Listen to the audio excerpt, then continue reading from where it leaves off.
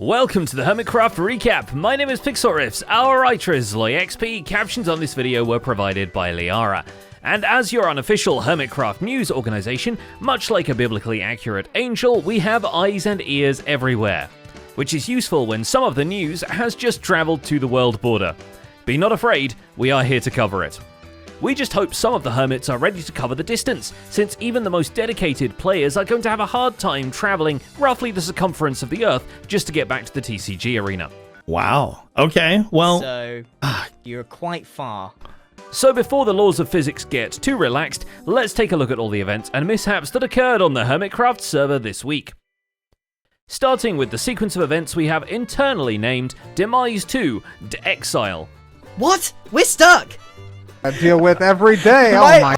As promised by the outro in last week's Grian video, the Permit Office Administration has moved the Hermitcraft server spawn point away from the Hermitcraft server spawn, meaning that everyone unfortunate enough to die with no bed set will now appear 30 million blocks away from pretty much anything. Because, let me show you. Look. Anytime now. Woof! Cubfan135, Grian, Good Times with Scar, and a facsimile of Skizzleman assemble in the Permit headquarters to discuss this situation, and quickly realise this means they can now easily banish anyone they want, as long as they can destroy their bed and kill them. We may or may not need a permit bunker with beds of our own and ender pearls to get back if we're in trouble. As the world border is 160 hours of Elytra flight away, this would be quite the inconvenience for anyone leading a rebellion right now. So obviously, the three immediately track down Ijevin and try out their new power. This does not work actually, though they do successfully murder him into the shopping district. Oh my gosh. We had one job. Next time they decide to actually test everything proper before trying to send anyone to the Shadow Realm. So the three make an Enderpearl stasis chamber in the basement of the Permit Office for an easy return trip, and then die into the new area. Of course, to actually build anything that far away, the Permit Office still needs to transport the materials somehow. But luckily, Doc M77 still has the railgun that shoots you to the far lands installed in the Nether. Hit the vine exactly. And the pig went through the portal. This is perfect. Okay, we'll leave the pig there for now. So with his help, the gang transports enough materials on the other sides to build a rudimentary welcome center, supplied with 3 different information booths, explaining in different voices exactly how screwed you are. Scar even takes the bit one step further and builds a corporate aesthetic limbo room, where one can enjoy ASMR guidance about exactly how screwed you still are. But please, only use gentle touch when interacting with the comfort fern. But it also leaves them stranded at the world's literal end with no one to actually flip the return trapdoor. They have to coax Azuma Void into the Permit Office basement to do it for them, and for a brief moment Azuma has the opportunity to do the funniest thing ever, but he doesn't take it. How his compliance is connected to Cubfan then granting X the permit for his previously illegal trial chamber loot shop is anyone's guess. Oh, thank you. So I'm back in business, basically. You're back in business. Yep. Courtesy of the Permit Office. What happens if I don't restock my shop? Well, then we gotta shut you down again. With everything ironed out, they return to Ijevin, but little do they know, he now has 10 fake-out beds and a dream. Oh, okay, we got him. Now He's down. Oh, Now I did absolutely nothing there. oh, that was close. Despite his extra furniture, Jevin is whooshed into the undiscovered country, where the meditation tapes help to induce a new will to live into him out of sheer spite. Only use gentle touch when interacting with the comfort Oh fern. my lord. A fish swims This is awful. unconscious. He names the island close to the shipwreck the New Hermiton, and sets up a tent camp for whoever will come join him. Yes, this is the 3rd New Hermiton between the 2nd and the 6th season, but names are hard and no one's counting. Let's see if I have any sticks. I was gonna say, hopefully I have some sticks, but oak wood is a premium around here because there is not a oak wood biome pretty much anywhere. Little does the Permit Office realise there are already plans in motion that no distance between themselves and Jevin can undo. For one, he changed all of his prices to astronomical amounts before leaving, and it's going to be really hard to change them back from 30 million blocks away. And for 2, he's specifically established that if he becomes unavailable, Vintage Beef will take his spot as the head of Nopo, and also they've already secured Etho as their mediator for future confrontation, as well as recruited Zombie Cleo seemingly by accident. By the way, we are not in a group. Cub could be listening to this entire conversation, just saying. We got the numbers. We can take him, or at least try. We can try. I'm not taking Cub anywhere. Cleo especially might be immune to exile because they seem to immediately appear whenever a position of an evil advisor becomes available. At least Beef has a stronghold to hide out in until all this blows over. While people are getting flung to the literal ends of the earth, he'll still be figuring out how to decorate his ballroom. Which is a silly thing to have in Minecraft anyway, considering everything is a cube. Figure that out later. Obviously, this is going to be removed because it's not even on center anymore. Even the Hermitcraft TCG has become an arena for rebellion, as after trading with XP Crafted and playing against Pearlescent Moon, Jevin and Beef managed to pull Etho aside in the back rooms of the Cards Stadium. And at least they have a backup plan for when they get no-clipped to the world border. Secret respawn bunkers are definitely in vogue lately. Skizzleman sets one up at the end of his episode, and he's part of the Popo himself, so evidently you can't trust anyone. He's even compliant with all his shops, as far as we know, although the banner shop is the victim of one of the more vicious pranks we've seen this season. Well, let me show you. Somebody bought a single letter L, and that somebody placed it right here in the middle of my shop on a dirt block. Somebody's calling me a loser, man. Skiz still has his Pyramid of Needs project in progress, and occasionally he needs to make sure it's still possible. So before working on the final stretch of level 2, he tries the course from the very beginning to find out if you can even get there. The answer is yes, but you'll probably find a lot of time to primal scream along the way. No!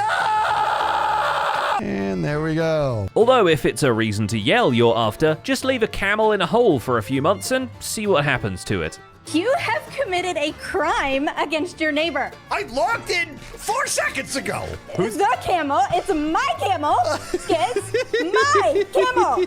My camel at my base. Remember. The yelling continues as False Symmetry joins our comments section in rediscovering Mr. Blobby in general, and the Mr. Blobby towering over her base in particular. This is say hello to. Oh god, it's actually terrible. I can't look at it. It's actually making me just terrified, I think. It's gonna haunt my dreams. Right.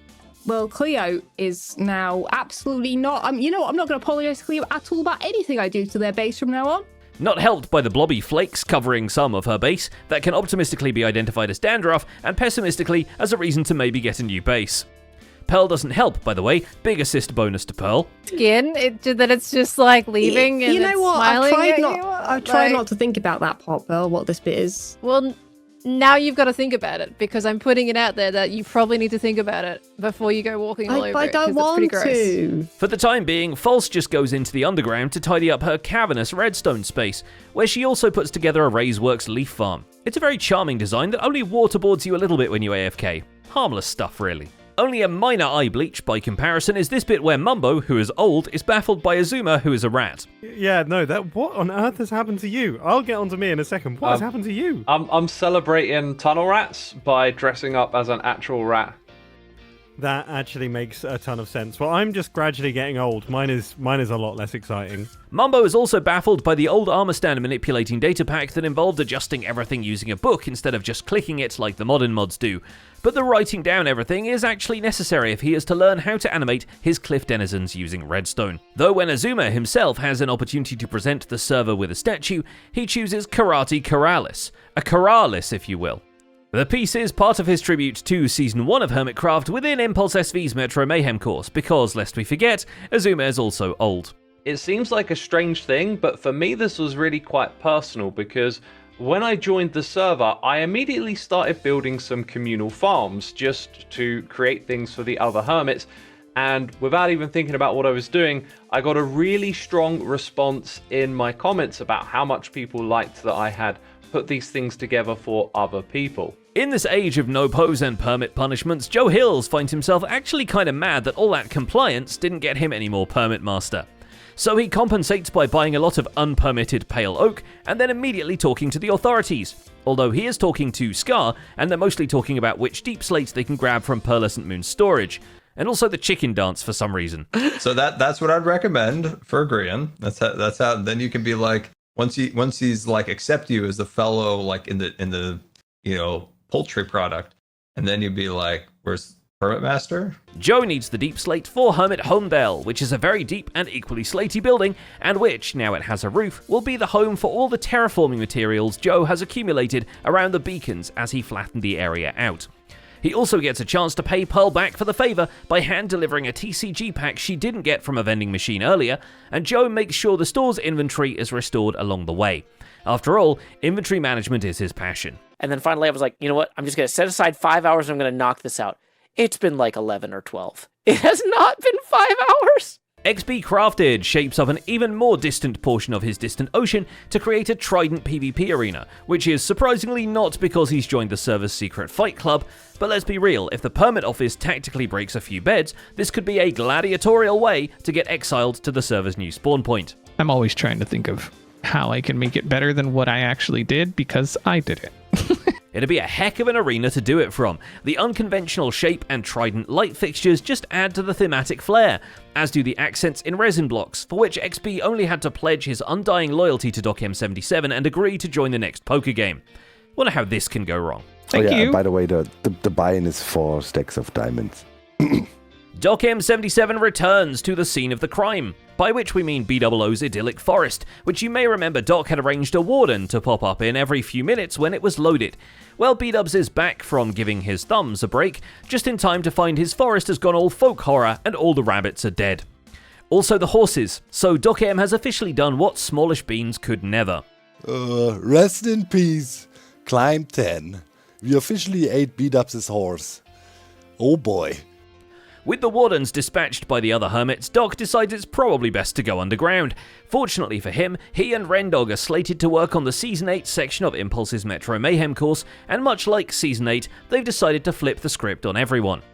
The concept they settle on is a simple winding path which is faster to sneak through than to sprint. It's all accomplished by skulk sensors wired up to raise a barrier if they detect player footsteps, but they later explain there's an opportunity to parkour your way around the amethyst clusters if players want to prove they're running on expert mode. Unbelievably, look how efficient we are when we actually start cooking. It's lunch break time now. I'm gonna sit on the balcony, listen to some Alice in Chains now, and then... Of course, this whole segment gets time-lapsed in spectacular fashion to include the stasis pods from the Starship from their Season 8 finale, the artificial landscape of their alien terraforming style, and of course, a moon on collision course with the contestants. Moon's really big, man. Yeah, it's coming. This doesn't stop Impulse SV from having a test run through the course, although the first time he runs straight over the top, and they behead him for being cheeky about it. Or perhaps because they wanted his head for one of the cryotubes. Those would certainly look at home back at Rendog's Space Age base, so maybe he'll add those to his notice board of upcoming projects, which he'd better get working on soon, because otherwise he'll be building a spaceship just to get himself back from the world border. And that's about it for this week's recap. Our writer is SloyXP, and my name is Pixel Riffs. Captions on this video were provided by Liara. Don't forget to leave a like while you're still here, and subscribe so you won't miss future recaps. Thanks for watching, and we'll see you next week.